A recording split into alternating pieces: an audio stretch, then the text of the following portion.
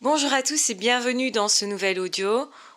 Il me tenait à cœur de parler du narcissisme pathologique et des traumatismes de l'enfance. C'est-à-dire que maintenant vous connaissez plutôt bien ce qu'est un ou une perverse narcissique. C'est l'extrémité du trouble narcissique avec ce côté machiavélique, calculateur et cette envie de faire mal, de blesser, cette prise de plaisir même à blesser l'autre. Dans la pathologie du narcissisme, on retrouve des degrés. Donc il y a des personnes qui sont toxiques, mais qui ne sont pas au point d'être pervers narcissiques, qui ne sont pas dans une telle extrémité. Malgré tout, n'oubliez jamais que ce qui est important pour vous, c'est détecter est-ce que c'est une bonne relation ou est-ce que c'est une relation toxique. Est-ce que c'est une relation qui m'apporte quelque chose, me permet de développer ma confiance en moi et me permet d'être reconnue dans mes besoins, d'être vraiment entendue, écoutée dans qui je suis, ou au contraire, c'est plutôt une relation dans laquelle je me sens utilisée, dans laquelle justement mes besoins ne sont pas reconnus et dans laquelle justement j'ai l'impression que je dois tout le temps courir derrière quelque chose, m'adapter en permanence, me remettre en question et dans laquelle je perds confiance en moi finalement. Donc une relation qui va être destructrice ou qui me crée beaucoup de stress, qui m'empêche d'être moi-même. Donc je ne me sens pas détendue dans cette relation-là. Et donc, détecter ça, c'est je vais vers les relations qui me font du bien, qui m'apaisent, qui me permettent de me développer, dans lesquelles je me sens en échange, en connexion profonde avec l'autre, et j'évite les relations dans lesquelles justement il n'y a pas de connexion, il n'y a pas de vrai partage de qui je suis, et l'autre ne se partage pas non plus. Donc, je préfère, pour ma vie bien entendu, quand je me respecte, de mettre dans ma vie des relations qui soient bonnes, qui soient justement des relations qui me grandissent, qui me permettent moi d'avancer aussi et qui m'apportent quelque chose. Bien sûr, je ne fais pas que regarder à ce que je reçois, mais bien sûr, je peux aussi donner et dans la joie. Non pas en étant contraint d'eux, non pas en courant derrière une image, par exemple. Donc, vous l'aurez compris, dans le narcissisme pathologique, on n'est pas soi. Donc quand on est en face d'un grand narcissique qui est dans la pathologie, puisque être narcissique fait partie de chaque être humain, mais on peut être narcissique et créer vraiment des choses autour de soi avec ce narcissisme-là, avoir envie de partager, d'échanger, savoir se rassurer, se sentir en sécurité dans la relation et avoir du coup des relations saines où on partage. On ne se sent pas en insécurité face à l'autre, on ne se sent pas en train de se défendre, c'est ça que ça veut dire.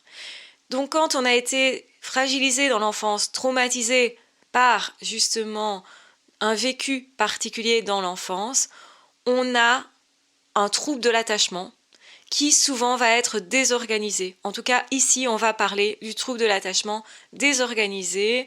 Donc on se sent en insécurité par rapport à l'autre, on s'en défend, on veut aller en relation mais en même temps on évite cette relation-là, cette intimité, cette profondeur, et on ne se sent pas raccordé finalement à soi-même. On évite ses propres émotions, on évite ses propres traumatismes, de faire ses propres deuils. Et le problème, c'est ça. C'est pas tellement finalement d'avoir été traumatisé dans l'enfance, c'est d'avoir refusé de se soigner, de travailler sur soi, de dépasser ça, de pouvoir se sécuriser soi, parce qu'on peut toujours en fait. Donc le psychisme, c'est pas quelque chose qui est établi, c'est plutôt quelque chose qui se travaille avec le temps et donc qui se construit, qui peut toujours se construire. Ça c'est important de le rappeler. Donc c'est pas parce qu'on a un trouble de l'attachement qu'on va le conserver, c'est pas parce que nous avons des traumatismes dans l'enfance que forcément on est condamné à avoir un type de comportement ou des relations qui dysfonctionnent. C'est archi faux en fait de penser comme ça. Donc c'est important de comprendre que oui, il y a de l'espoir pour toute personne traumatisée dans l'enfance et toute personne qui n'arrive pas à faire confiance ou se sent en insécurité face aux autres. On peut changer ça, ça se travaille. Ici, on parle du narcissisme pathologique, donc c'est une personne qui n'a pas encore travaillé sur ça ou qui ne travaillera pas sur ça. C'est quelqu'un qui ne se sent pas valorisé, estimé, aimé, qui n'a pas été reconnu dans ses besoins, souvent par un des deux parents, voire par les deux, et qui, justement, du coup, s'utilise lui-même comme quelqu'un qui n'aurait pas d'émotion. C'est une personne qui va être immature, qui va attendre des autres qu'ils satisfassent leurs besoins et qu'ils prennent la responsabilité. Donc ils vont chercher à se faire prendre en charge par les autres. Et en même temps, ils vont chercher à contrôler l'autre, à se positionner un petit peu comme le monsieur je sais tout ou la madame je sais tout par rapport à l'autre, pour le maîtriser. Je vais te donner des conseils pour que tu sois une meilleure personne, par exemple. Sauf que ça n'a pas été demandé par l'autre. Donc c'est un rôle qui est joué, qui n'est pas demandé. Donc c'est pas un problème d'aller aider une personne qui vous demande quelque chose. Mais si vraiment cette personne se comporte en sauveur, en victime ou en bourreau, et c'est quelque chose que l'autre n'a pas sollicité. Donc c'est vraiment, on est coincé dans le triangle de Karpman, dans des rôles, des faux self. Donc c'est pas vraiment soi, on n'est pas vraiment comme ça, on joue un rôle. La personne qui a ce trouble narcissique va être fortement dans le faux self, le je me contrôle et je vais être parfait. Je vais me demander en fait ce que le parent ne m'autorisait pas, donc c'est-à-dire d'être imparfait, de faire des erreurs, d'avoir possiblement des échecs, alors qu'on en a tous, alors qu'on est tous imparfaits, et qu'en réalité, il n'y a pas de problème à l'imperfection. Quand notre narcissisme est sain, on accepte son imperfection, ses erreurs, et les erreurs, l'imperfection de l'autre. Alors je ne dis pas que c'est toujours facile à accepter, mais en tout cas, on est plus souple avec soi que ne l'est la personne narcissique de type pathologique. Donc ça veut dire que la personne qui a ce narcissisme blessé veut absolument se valoriser en faisant comme s'il était tout puissant, en faisant comme s'il était parfait. Et cette personne va vouloir croire à cette perfection. Sauf qu'à un moment donné, évidemment, on va tomber sur quelqu'un qui nous dit qu'il n'est pas d'accord avec nous, ou qui nous met des limites. Parce que le problème de se croire parfait, c'est croire aussi qu'on peut tout faire et qu'il n'y a pas de limite. Mais on va forcément rencontrer les limites des autres et forcément aussi la limite au niveau du partage. Parce que quand on fait ça, on n'est pas dans le partage. On est dans un personnage, on n'est pas soi. Et comme on n'est pas soi, on se sent vide intérieurement. On ne s'est pas construit, si vous voulez. On ne s'accepte pas tel qu'on est, donc on est extrêmement dur avec soi et extrêmement dur avec les autres. Et c'est au moment où la personne très narcissique, qui est de façon pathologiquement narcissique, va se sentir en confrontation avec quelqu'un d'autre, cette personne va réagir par une rage. Donc à l'inverse des pervers narcissiques qui se contrôlent, qui se maîtrisent, par contre, la personne qui a un trouble narcissique, donc qui est pathologique, va être dans la rage, dans la surréaction et dans quelque chose qui, finalement, n'est pas du tout authentique parce que la personne, elle est sourde, vraiment sourde aux besoins de l'autre et à ce que dira l'autre. Donc elle n'écoute pas l'autre. C'est généralement ce qui est le plus frustrant pour la personne qui est en face, c'est que l'autre n'écoute pas et qu'en plus cette personne elle est arrogante au point de critiquer la personne en face d'elle. Donc le narcissique pathologique va être une personne qui va humilier l'autre, le dégrader pour se valoriser, pour aussi éviter qu'il soit pris pour cible et dégradé. Donc humilié. Comme cette personne se sent attaquée parce que justement il y a eu des traumatismes de l'enfance, cette personne sait qu'elle est nulle et faible, etc. et souvent n'a pas développé des vraies compétences d'ailleurs, mais va tout faire pour donner le change, donner cette illusion qu'il peut faire. Et du coup, cette personne narcissique va créer non pas de la connexion avec l'autre, mais va cacher ses faiblesses constamment, va cacher ses erreurs constamment, ses incompétences constamment, et souvent en attaquant l'autre, ou en lui demandant d'être parfait, de se transformer, en faisant le sauveur, ou en se positionnant en victime, « Ah, tu m'agresses, pourquoi tu fais ça ?» etc. Donc, autrement dit, l'autre en face va se sentir coupable. Et donc en réalité, il n'y a pas de connexion, il n'y a pas de lien. Parce que cette personne, elle n'est pas connectée à son intériorité, à ses émotions, à ses besoins, et elle ne comprend pas ses besoins en fait. Elle ne comprend pas en fait qu'elle est en train d'essayer de combler quelque chose qui vient de l'enfance. Je me suis sentie nulle durant l'enfance, du coup, aujourd'hui, je veux me sentir tout puissant parce qu'en fait, justement, c'est à cause de ces traumatismes d'enfance que je veux, moi, m'illusionner aussi et illusionner l'autre, et faire croire que je suis tout puissant. Donc c'est un gros mensonge, on peut dire ça. C'est du faux self. C'est pas je fais semblant d'être quelqu'un, mais quelque part je le suis quand même. C'est pas le faux self du surdoué, dans le sens où il fait semblant en partie d'être que comme ça, parce qu'il y a d'autres parties de lui. Mais il a quand même cette vraie partie-là de lui qu'il montre. Donc, autrement dit, c'est très différent. Le faux self du surdoué va lui servir à cacher une partie de lui, mais va quand même coïncider avec ce qu'il est vraiment. Donc c'est pas vraiment du faux, c'est plutôt du vrai. On pourrait dire que c'est plutôt une partie de lui, mais une vraie partie. Le problème ici du trouble narcissique, c'est plutôt que c'est du faux. On triche, on ment. Et on n'est pas en connexion avec soi. Alors que le surdoué sait très bien ce qu'il fait quand il le fait. Il sait très bien quels sont ses besoins, et il sait très bien quels sont les besoins de l'autre, et c'est pour s'adapter aux besoins de l'autre, et peut-être aussi à ses propres besoins de protection, de sécurité, etc., qu'il fait ça. Donc c'est très différent. Il fait ça pour rentrer en relation plutôt que pour éviter la relation. Ici, la personne qui est narcissique évite la relation, en fait, parce que la relation lui fait trop peur. Parce que justement, il ne peut pas ouvrir son cœur. Parce que justement, cette personne, elle ne peut pas aimer. Elle ne peut pas vraiment aller vers l'autre. Et pourtant, elle le désire. Parce que c'est ça que cette personne recherche, de la valorisation qu'elle n'a pas eue, de l'amour qu'elle n'a pas eu, mais un amour inconditionnel, que normalement on reçoit de ses parents, ou d'une autre personne de sa famille, qu'on reçoit enfant. Cette personne, elle n'a pas pu se construire, ou plus exactement, elle ne met le focus que sur ce qu'elle n'a pas reçu, parce que parfois il y a des relations qui ont été quand même bonnes, mais que cette personne-là ne voit pas, qui étaient pourtant sécurisantes. Si cette personne voyait cette relation bonne, eh ben elle pourrait déjà construire quelque chose de plus sécurisant à l'intérieur, au niveau des relations. Parce que oui, il y a parfois des mauvaises relations dans la vie, mais il y a aussi parfois des bonnes relations. Donc on peut parfois faire confiance, c'est ça qui est important. Et donc ici, c'est une personne qui pense qu'elle doit tout le temps se défendre des autres, qu'elle peut être découverte, potentiellement attaquée, et cette personne cache du coup son mal-être, le fait qu'elle ne s'aime pas. Et c'est une personne qui va être hyper rigide, hyper exigeante avec elle-même pour performer, pour réussir. Alors performer, ça peut être justement développer un certain physique qui correspondra au physique idéal entretenu par la société. Donc c'est une personne qui va se conformer extrêmement à tout ce que veut la société pour un homme ou une femme. Généralement, il représente certains clichés, donc c'est-à-dire l'homme va être très musclé, va vraiment se mettre en évidence, va se positionner comme un être qui a extrêmement confiance en lui, etc. La femme, ce sera plutôt extrêmement féminine, extrêmement dans la séduction, voire extrêmement douce, mais à l'excès. Et ça cache quelque chose d'autre, hein. C'est ça le problème. Le problème n'est pas d'avoir ces comportements-là, hein. Si on est vraiment comme ça pose aucun problème. Le problème, c'est qu'on n'est pas ce qu'on prétend être, hein. Donc ça fait illusion, que c'est de l'apparence uniquement. Et le problème aussi, c'est que cette personne, elle n'est pas complétée par autre chose, par une intériorité.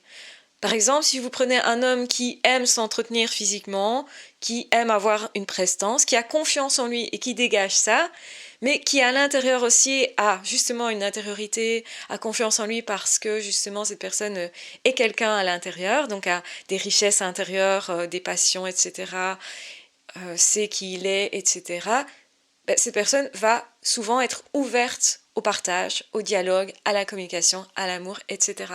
Même si physiquement, cette personne fait attention à l'apparence, peut-être plus que la moyenne. Mais ici, on a vraiment une personne qui n'est qu'apparence. Il n'y a pas d'intériorité. Donc au fur et à mesure des âges, ça va être plus difficile d'accepter le vieillissement, notamment. Donc les narcissiques ont du mal avec le vieillissement, ont du mal parce qu'ils n'ont pas justement compensé par l'intériorité. Généralement, plus on va vieillir, plus on va alimenter notre intériorité et se tourner vers quelque chose d'intérieur. On peut déjà être très intérieur hein, quand on est jeune, et c'est déjà une richesse. Ça, c'est important de le dire, mais ici, on a quelqu'un qui est vide à l'intérieur. Et donc, forcément, cette personne ressent qu'elle est vide et ressent ça comme il faut absolument que personne ne découvre que je suis vide, sinon je perds mon attrait, sinon je perds ma relation éventuelle. Et donc tout est basé sur du faux semblant, et souvent c'est pour ça aussi que les relations elles se disloquent. Parce que c'est quelqu'un qui va être prétentieux, arrogant quand il se sent attaqué, va vouloir imposer aussi son point de vue aux autres. Et ce, sans tenir compte des besoins des autres. Donc ça va agacer, ça va énerver, et la personne en face, un jour, va se rendre compte qu'elle vaut mieux que ça, que c'est pas ce qu'elle cherche, qu'il n'y a pas de profondeur, va se rendre compte du vide de la relation, ou se rendre compte de l'agressivité, va s'épuiser aussi à éventuellement courir derrière une perfection que l'autre lui impose, parce que ce sont des êtres qui imposent aux autres la perfection, et du coup, va changer de partenaire, va partir, va casser le lien. Et c'est dû à ce narcissisme qui est envahissant, qui empêche le lien réel, empêche l'amour authentique. L'authenticité, c'est se montrer avec ses faiblesses aussi et pouvoir les partager avec quelqu'un. On ne partage pas ses faiblesses avec tout le monde, pas justement avec une personne qui aurait tendance à nous agresser par rapport à nos faiblesses. Donc, face à un narcissique, on a du mal à révéler nos faiblesses parce qu'on sent qu'on peut être attaqué. Et ça peut être justement parce qu'on a été attaqué dans nos faiblesses. Donc les narcissiques sont capables de nous écouter, mais plutôt pour détecter ces faiblesses-là. Et effectivement que c'est pas une vraie écoute, pas une vraie empathie. Mais à ce moment-là, on ne le détecte pas forcément parce qu'on n'a pas encore été agressé. Et parce que dans la plupart des relations, on n'est pas agressé. On n'utilise pas les faiblesses des autres généralement. Quand on a justement développé un attachement sécure, donc soit parce qu'on l'a développé après coup, après une enfance traumatisante, on a décidé de travailler là-dessus, de s'aimer sincèrement et de passer à autre chose, et ça arrive à beaucoup de personnes, on est résilient, hein. Mais il y a des personnes qui ne dépassent pas ça, qui restent dans le déni, qui ne veulent pas se connecter à leur souffrance et qui du coup ne font pas les deuils et du coup restent dans le narcissisme. Et ce narcissisme est destructeur pour la relation, donc beaucoup de personnes vont les quitter. Donc ça va être une personne qui va avoir peur justement de se retrouver seule par exemple, qui va rechercher la valorisation extrême parce que c'est quelque chose que cette personne n'a pas obtenu dans l'enfance. Donc, c'est une personne qui va chercher à ce qu'on l'admire beaucoup. Et c'est pour ça que cette personne, elle va présenter beaucoup de prestance, beaucoup d'apparence. Donc, c'est quelqu'un qui se met en scène. On va voir chez cette personne des photos vraiment de mise en scène. Regarde comme je suis grand, beau, intelligent, etc. Ils vont mettre en avant leurs atouts, sauf que généralement, ce ne sont pas vraiment des atouts. Ils n'ont pas vraiment développé leur intelligence, leur intériorité. Ils peuvent être dans la surperformance et on peut retrouver ce type de personnes, justement des narcissiques, parmi les coachs, parmi justement des gens qui sont carriéristes. Parce qu'une façon d'éviter de se remplir à l'intérieur, de développer son intériorité et de travailler sur ses besoins, ses sentiments, ses émotions, etc., d'être attaché à soi, eh bien, c'est d'être dans le faire, dans l'action et dans la surréaction. Donc ce sont généralement des personnes qui vont être beaucoup en colère, en rage, qui vont réagir au quart de tour, qui sont des sanguins en fait, des personnes qui vont vraiment être très impactées parfois par ce que disent ou font les autres et ont besoin de sauvegarder tout à fait leur image. Donc ça veut dire que dès qu'on les critique un petit peu, pour eux, c'est intolérable. Ils sont intolérants à la frustration, parce qu'en fait, ce qui revient sur le devant de la scène, ce sont les traumatismes de l'enfance. Mais eux n'arrivent pas à identifier que c'est ça qui se passe. Ils vont prêter à la personne en face des mauvaises intentions, ils vont interpréter les choses comme si l'inconfort qu'ils ressentent venait de la situation ou de la personne en face. Donc ils vont dire c'est la relation qui n'est pas suffisamment bonne, c'est la personne qui n'est pas suffisamment bonne. Donc il y a vraiment un problème narcissique. Ils se sentent agressés très vite et donc ils sont tout le temps dans la défense, dans la surdéfense, je dirais même, plutôt que dans la réflexion. Ce sont des gens très très réactifs et très stressés, qui ont besoin de contrôler tout, besoin de se contrôler, de contrôler l'autre, et c'est quelque chose qui peut amener aussi au burn-out. Donc ce besoin de perfectionnisme, ce besoin de toujours être à la pointe du progrès, à la pointe de tout, d'être super performant, de se positionner comme la personne qui serait parfaite, au point de s'être coupé de son corps et de ses émotions, au point de se maltraiter parfois physiquement. Donc ce sont des personnes qui vont vraiment essayer d'entretenir les apparences. Et quand on n'a pas d'intériorité, on n'accepte pas que l'apparence, elle se disloque un peu. Donc ils vont toujours, même à des âges plus avancés, essayer de se muscler, essayer d'avoir des performances sportives, essayer d'être tout le temps professionnellement au top, ne pas se reposer beaucoup, donc ils vont maltraiter leur corps. Ils vont aussi essayer de gérer le stress, l'anxiété par des addictions. Ça peut être addiction aux jeux vidéo, aux écrans, addiction sexuelle, addiction alcool, drogue, etc. Addiction aussi aux relations, besoin de séduire beaucoup. Donc effectivement, on retrouve le don Juan, la personne qui narcissiquement a besoin tout le temps d'être dans la séduction, mais aussi besoin de contrôler la partenaire, de faire en sorte qu'on ait le couple parfait, idéal. Donc l'autre doit être parfait aussi physiquement, et forcément c'est pas possible, l'autre est toujours imparfait, comme soi en fait, hein. Et il n'accepte aucune imperfection et il n'écoute surtout pas les besoins de l'autre. Donc ils perdent des amis, ils perdent des relations. Ce sont généralement des personnes qui n'ont pas des relations stables, ont du mal à établir des relations et à les conserver, ont du mal aussi à maintenir un certain degré de vigilance, hein. Donc à certains moments, le corps réagit en disant stop, et à ce moment-là, ils peuvent être un petit peu plus déprimés et ne plus savoir être dans l'arrogance, parce que c'est plus possible d'entretenir les apparences à ce moment-là. Mais très vite, ils reprennent leurs apparences. Ce sont des personnes qui ont besoin justement de briller au niveau physique, donc par une belle voiture, une belle maison, une belle famille, donc des apparences. Donc ils courent aussi derrière l'argent, les acquisitions, les costumes, les belles robes. Donc ce sont des personnes qui vont beaucoup investir l'apparence, le physique. Et comme je le disais, il n'y a pas de problème à être dans le physique, dans l'apparence, etc. si derrière vous avez une intériorité et si votre apparence correspond à qui vous êtes, hein. Donc je ne suis pas du tout en train de dire que c'est anormal. N'oublions pas que d'ailleurs notre société nous pousse à une forme de perfectionnisme, donc c'est-à-dire plutôt à une forme de narcissisme, au fait de briller, au fait d'entretenir les apparences, hein. On l'a vu avec un certain culte du corps par le sport qui est actuellement en place, un culte aussi du corps par soyez le plus beau physiquement, par les filtres, etc. Donc ça entretient ça, ce désir de vouloir se perfectionner à ce niveau-là. Ça peut être aussi se perfectionner au niveau rendement. On a des coachs en tout genre pour que vous soyez au top à tout niveau. Et justement, c'est un petit peu un piège, c'est de ne jamais être satisfait. Le narcissique n'est jamais satisfait, court toujours derrière quelque chose. Et donc en fait n'est jamais tranquille d'esprit. Et quand on n'est jamais tranquille d'esprit, on ne peut pas réfléchir vraiment à sa vie, on ne peut pas réfléchir non plus pour faire ses deuils. Et donc c'est ce qu'ils cherchent quelque part. Ils cherchent à échapper à leur propre intimité, à leur propre connexion, à leur propre souffrance qui vient de l'enfance. Sauf qu'ils n'arrivent pas à faire le lien, à se dire « mais je fais ça parce que j'ai manqué de quelque chose dans l'enfance ». Sinon, ils arriveraient à se dire « tiens, il y a peut-être quelque chose à réparer avec ça, là-dedans. J'ai certainement quelque chose à apprendre, à développer, etc. » Ce qui pourrait être salvateur parce que certains narcissiques arriveront à dépasser ça.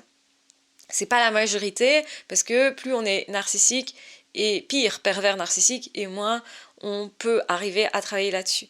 Donc attention aux personnes qui vous disent « bah oui, on peut guérir un narcissique ». Ça n'est pas la même chose de dire « on peut guérir un pervers narcissique ». Généralement, le côté pervers va empêcher complètement la remise en question. L'arrogance empêche, donc le déni empêche. Donc si la personne reste dans le déni, il n'y a pas de travail possible, hein. Donc n'attendez jamais qu'un narcissique change. C'est vraiment le meilleur conseil que je puisse vous donner parce que généralement, ça prend vraiment énormément de temps si la personne décide de travailler sur elle. Donc c'est assez rare finalement. Ça existe que certains narcissiques puissent sortir de ça, mais c'est assez exceptionnel quand même. Donc vous devez avoir à cœur de vous protéger et de veiller à ce que vos besoins élémentaires soient satisfaits. On ne parle pas de petites choses que vous voudriez mais dont vous n'avez pas vraiment besoin. Donc ce ne sont pas des caprices, autrement dit, hein. Donc on ne parle pas de ça, on parle vraiment de besoins élémentaires, besoin de sécurité, besoin de pouvoir se réaliser dans la vie, besoin d'avoir une reconnaissance, d'être écouté, d'être compris, d'être soutenu, besoin de se nourrir, d'être justement safe au niveau de son corps, de ne pas être attaqué, agressé. Donc tout ça, c'est vraiment des besoins élémentaires qui doivent être satisfaits. Alors ça ne veut pas dire que tous vos besoins seront toujours satisfaits et que c'est leur relation qui va tout satisfaire. C'est pas ce que je dis, hein. C'est que vous avez le droit de trouver des chemins vers vous-même et un chemin vers l'autre, hein. Une relation, c'est deux personnes qui sont connectées à eux et connectées à l'autre. Ça veut dire deux personnes qui acceptent que l'autre est différent de soi et des besoins différents de soi et qui accepte de satisfaire une partie, en tout cas, des besoins de l'autre, qui accepte aussi de se remettre en question. Donc dans le narcissisme, on n'a pas de remise en question. C'est bloqué, on est dans le déni. Parce qu'en fait, toute remise en question voudrait dire « Ah, tu crois que le problème vient de chez moi? Moi, je me sens tellement agressée de ça, je peux pas, si vous voulez, accepter en tant que grand narcissique, justement en tant que narcissique pathologique, de lâcher prise là-dessus et de me dire que oui, effectivement, le problème peut être chez moi. » Et c'est pour ça que les narcissiques vont toujours projeter sur l'autre et dire « Ah ben non, c'est toi qui es comme ça. Ah non, c'est toi qui as le problème en fait. » Ou c'est leur relation, ou c'est quelque chose d'extérieur. Donc c'est du fait que, ben voilà, c'est la vie quoi, qui fait que. Ou tout le monde se comporte comme ça, etc. Donc ils vont rationaliser des choses qui ne sont pas du tout rationnelles en fait. Et donc du coup, effectivement, c'est très souffrant d'être face à un narcissique. Parce que vous n'êtes pas en face de quelqu'un qui est quelqu'un. Vous n'êtes pas en face de quelqu'un qui est connecté à soi. C'est ça que ça veut dire. Donc, effectivement que c'est très important de comprendre ça, ce mécanisme-là. Donc oui, il y a les pervers narcissiques, c'est extrême, mais il y a aussi d'autres personnes toxiques. Et vous avez peut-être plus de chances de rencontrer des personnes plutôt narcissiques que pervers narcissiques. Dans tous les cas, c'est toxique, dans tous les cas, ça se ressemble, dans tous les cas, la personne va attaquer votre confiance en vous, votre estime de vous. Dans tous les cas, vous ne devez pas rester. Si la relation ne peut pas changer, si l'autre ne se remet pas en question, la question ne se pose plus en fait. Donc attention à ça, et c'est important d'en parler, on en reparlera certainement. N'hésitez pas à me poser des questions si vous voulez justement en savoir plus sur ce qu'est le narcissique pathologique. Donc, c'est-à-dire, c'est le trouble de personnalité narcissique, tel qu'en parle aussi le DSM. Donc, ici, je précise que c'est pathologique parce que tout le monde est narcissique. Et le fait d'être narcissique n'est pas négatif, c'est quelque chose qui peut être sain. On a besoin de s'aimer soi, de se valoriser soi, même de s'entretenir au niveau des apparences, de se réaliser dans la vie, de se développer, d'attendre peut-être le meilleur pour soi, d'être un peu perfectionniste. Mais on accepte ses erreurs, mais on accepte d'être imparfait, mais on accepte l'autre comme une personne étant imparfaite. Mais on arrive à aimer l'autre, même s'il est imparfait, même s'il nous déçoit et nous challenge à certains moments. C'est ça en fait le bon narcissisme, c'est un narcissisme où on crée ensemble, où on partage ensemble, où on est connecté à soi, connecté à l'autre, où il y a des parties de soi qu'on accepte plus que d'autres, c'est normal, mais on travaille là-dessus. On accepte justement d'être challengé à certains moments et que l'autre nous dise « Ah, quand même, cette partie de toi, c'est compliqué pour moi d'accepter ça. Est-ce que tu peux pas faire quelque chose? Est-ce qu'on peut pas trouver un arrangement justement pour développer la relation ?» Et c'est dans l'intérêt des deux, donc on va le faire généralement volontiers, même si on a aussi nos propres douleurs, souffrances, etc. et des choses moins faciles à traiter. On va le faire volontiers, on souhaite ça parce qu'on sait que c'est à l'avantage des deux personnes. La personne qui a un trouble narcissique, elle va prendre chez l'autre, elle va regarder à ses propres intérêts, être centrée très fortement sur soi et finalement en oublier ce que ressent l'autre et se rend même pas compte peut-être de la souffrance qu'elle inflige à l'autre. Ça, c'est quelque chose qui peut s'observer chez les personnes très narcissiques. Donc, finalement, ce sont des personnes qui sont centrées sur leur propre douleur et tellement fort qu'ils ne reçoivent pas celle de l'autre, qu'ils n'ont pas conscience forcément de ce qu'ils font. À l'inverse des pervers narcissiques qui sont hyper conscients, qui jouissent justement du mal qu'ils font, eux, vraiment, ils ont une conscience accrue de ce qu'ils font et c'est pour ça qu'ils ont des plans machiavéliques et eux, ils ne sont pas forcément dans la rage, c'est plutôt dans la maîtrise de soi, dans le contrôle des choses, dans la procédure, etc. Ça, ce sont les pervers narcissiques. Les narcissiques, à l'inverse, sont plutôt dans la rage, dans l'émotionnel. J'agis comme ça, mais c'est par automatisme quelque part et donc un narcissique n'a pas toujours conscience de ce qu'il fait subir à l'autre. Alors ça ne doit pas les excuser, c'est pas pour ça que vous devez vous laisser maltraiter, bien entendu. Alors on peut associer un trouble narcissique à un autre trouble de personnalité, ça c'est peut-être important de le dire aussi, parce que vous reconnaîtrez peut-être quelqu'un qui a un autre trouble de personnalité et vous vous dites tiens, c'est vrai, il est peut-être aussi narcissique ou elle est peut-être aussi narcissique. Oui, c'est possible de combiner plusieurs choses et effectivement, il y a des degrés, comme je l'ai dit, entre les personnes. Donc, il est possible que vous ayez connu quelqu'un qui soit plutôt fortement narcissique, mais pas aussi fort que l'autre personne que vous avez connue là-bas. Peut-être vous avez connu un pervers narcissique et vous avez ensuite connu plutôt quelqu'un de narcissique, mais vous voyez la différence qui est pas de côté machiavélique, pas de perversion relationnelle, donc c'est-à-dire que la personne ne cherchait pas volontairement votre souffrance, ne cherchait pas justement à vous infliger une souffrance, ne profitez pas de cette souffrance finalement, ça peut être juste quelqu'un très très centré sur lui-même ou elle-même, et du coup il n'y avait pas vraiment de relation possible, hein. Et donc moi je dis une relation, ça doit être une vraie relation, où il y a une connexion entre deux personnes, et donc quand on fait l'amour par exemple à une personne qui est narcissique, on sent que cette personne, elle est coupée de son corps, ou elle utilise son corps de façon à accepter des souffrances, des douleurs, à maltraiter son corps. Donc ça doit vous mettre aussi la puce à l'oreille. Et justement, vous ne vous sentez pas connecté, vous sentez que l'autre ne fait pas forcément attention à vos besoins, que l'autre vous utilise un petit peu comme justement une addiction. Ça c'est possible aussi, hein. Quelqu'un qui est très volontaire sexuellement, mais qui finalement ne se connecte pas, ne dit pas ses besoins, ne communique pas vraiment, ou communique uniquement ce qu'il ressent, sans tenir compte de ce que vous ressentez vous. Ça aussi, ça peut être un indicateur du narcissisme pathologique. Voilà, je vais arrêter ici cet audio, même s'il y a encore beaucoup de choses à en dire, c'est un sujet ultra passionnant et on en reparlera, donc n'hésitez pas à me poser des questions, comme ça je pourrai y répondre et peut-être justement aborder des sujets auxquels je ne pense pas et pourtant ça pourrait être super intéressant. Donc n'oubliez pas que nous sommes en train de co-créer aussi cette chaîne. J'ai toujours fait ça au tout début de ma chaîne, je le fais peut-être beaucoup moins maintenant, j'aimerais bien reprendre ça, cette collaboration avec vous. Donc donnez-moi des questions. Alors bien sûr, j'ai peut-être pas réponse à absolument tout. Donc dans ce cas-là, peut-être je répondrai un peu plus tard pour certaines questions. Le temps que je me renseigne un peu plus aussi, hein, pour être sûre de moi et de la véracité des infos que je vous donne, parce que j'aime bien de vous donner des infos qui soient ultra pratiques, ultra utiles. Je vais pas vous ennuyer avec des théories qui seraient juste des théories et qui ne sont pas fonctionnelles, hein. Donc effectivement, le but c'est développer des belles relations, parce qu'on est aussi sur cette chaîne pour s'épanouir, pour le bien-être, pour se reconnecter à soi ou se connecter davantage à soi, pour développer son intériorité. Je ne le dirai jamais assez, c'est super important pour créer de belles relations. Soyez vous, soyez pleinement vous, autorisez-vous à accepter vos erreurs, soyez plus tolérant avec vous si vous avez eu des narcissiques ou des pervers narcissiques dans votre vie.